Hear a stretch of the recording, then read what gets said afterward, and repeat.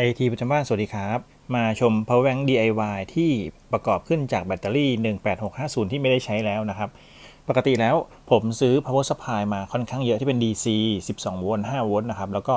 ผมถอดแบตสีม่วงออกผมเอาลิเธียมมาแทนแล้วก็จะมีแบตเตอรี่แบบนี้เหลือออกมา10ก้อนนะครับผมก็เอา8ก้อนมาใส่แบบนี้คลิปนี้ก็จะมาแนะนำpower bank ตัวนี้ซึ่งผมซื้อมาใช้เองราคา200กว่าบาทนะครับก็เป็น power bank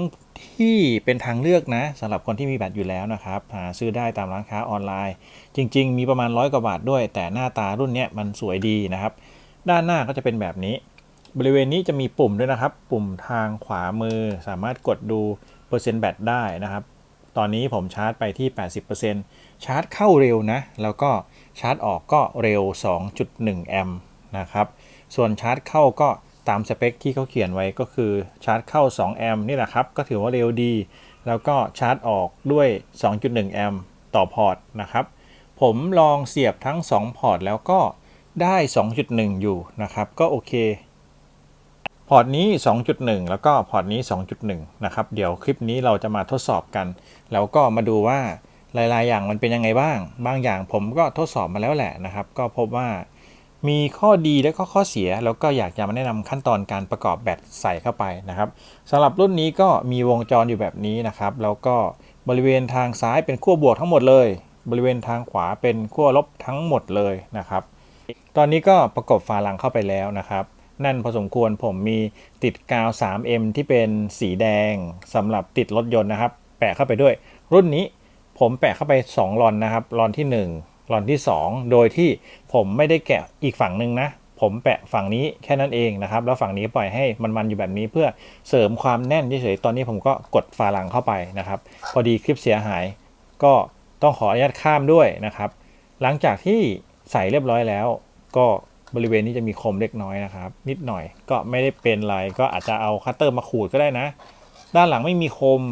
โอเคนี่ตรงนี้มีคมนิดหน่อยนะครับแต่ก็โดยรวมสวยดีบริเวณนี้เป็นลายคล้ายๆเคปลาร์แต่ไม่ใช่ทำให้มันไม่เป็นรอยนิ้วมือนะครับโดยรวมก็น่าจะใช้งานได้ดีลองกดเช็คตรงนี้ก็เป็นประจุครับ 80% ของแบตเตอรี่ลิเธียมไอออนนะครับฝั่งนี้ก็เดี๋ยวเรามาลองทดสอบกันนะครับก่อนอื่นลองชาร์จเข้าด้วย USB-C ครับตอนนี้แบตอยู่ 80% นะครับชาร์จเข้าด้วยความเร็วประมาณ 1.9 แอมป์ 5.15 โวลต์นะครับ 1.89 แอมป์ก็ถือว่าเกือบ2แอมป์ก็โอเคนะครับใกล้เคียงตอนแรกก็น่าจะอยู่ประมาณ2แอมป์แต่เขาใกล้จะเต็มแล้วก็เลยลดลงนะครับตอนนี้ก็อยู่ที่ 1.9 นะครับประมาณ 1.9 แอมป์ถือว่าโอเคลองทดสอบชาร์จด้วย USB-C ครับว่าจะได้ไหมดูเหมือนไม่ได้ครับ USB-C เอาไว้ชาร์จเข้าอย่างเดียวนะครับส่วนพอร์ตอื่นที่ชาร์จได้ก็น่าจะเป็นเหลือแค่ USB-A 2 พอร์ตนี้ที่เป็น out นะครับมาดูกันว่าเขาจะสามารถชาร์จออกด้วยความเร็วเท่าไหร่นะครับลองชาร์จ Redmi Note 12นะครับโอเคชาร์จแล้วไม่ชาร์จเร็วนะครับเป็นฟาสต์ชาร์จไม่ใช่ควิกชาร์จเป็นชาร์จเร็วแบบปกตินะครับมาดูตรงนี้กันว่าเขาจะจ่ายไฟได้เท่าไหร่ 4.93 โวลต์ครับ 1.38 แอมป์นะครับโดยประมาณ 1.4 ลองรอดูสักพักหนึ่งเดี๋ยวเขาจะขึ้นไปได้หรือเปล่านะครับเหมือนมีกำลังวิ่งไต่ระดับนิดหน่อยนะครับน่าจะได้เท่านี้ตอนนี้แบตโทรศัพท์ใกล้จะเต็มอยู่นะครับก็เลยดึงไม่แรงเท่าไหร่เดี๋ยวผมทดสอบอีกเครื่อง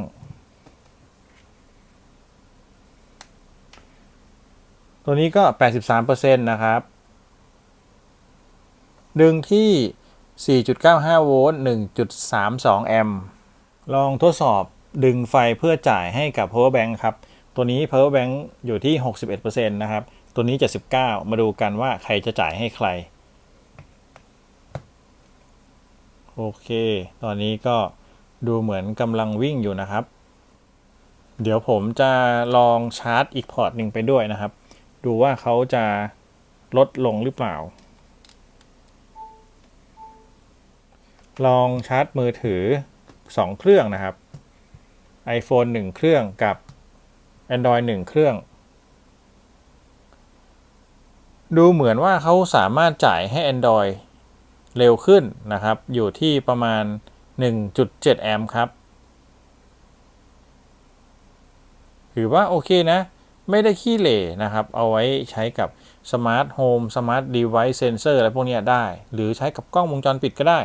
เรามีแบตเตอรี่เต็มๆเลย 1,200 มิลลิแอมคูณ 8 นะครับ 12/8 เป็น 96 ก็เกือบหมื่นมิลลิแอมโดยประมาณสามารถเอามาชาร์จให้กับอุปกรณ์ได้เยอะแยะเลยนะครับเอาเวอร์ชัน DIY มาฝากถ้าไหนที่มีแบตเก่าอยู่ก็น่าใช้นะครับแต่ถ้าเกิดว่าไม่มีแบตต้องซื้อแบตใหม่ผมไม่แนะนำนะซื้อ power bank ดีกว่านะครับตัวนี้ก็เป็นทางเลือกก็แล้วกันเอามาทดสอบให้ชมนะครับสำหรับท่านใดที่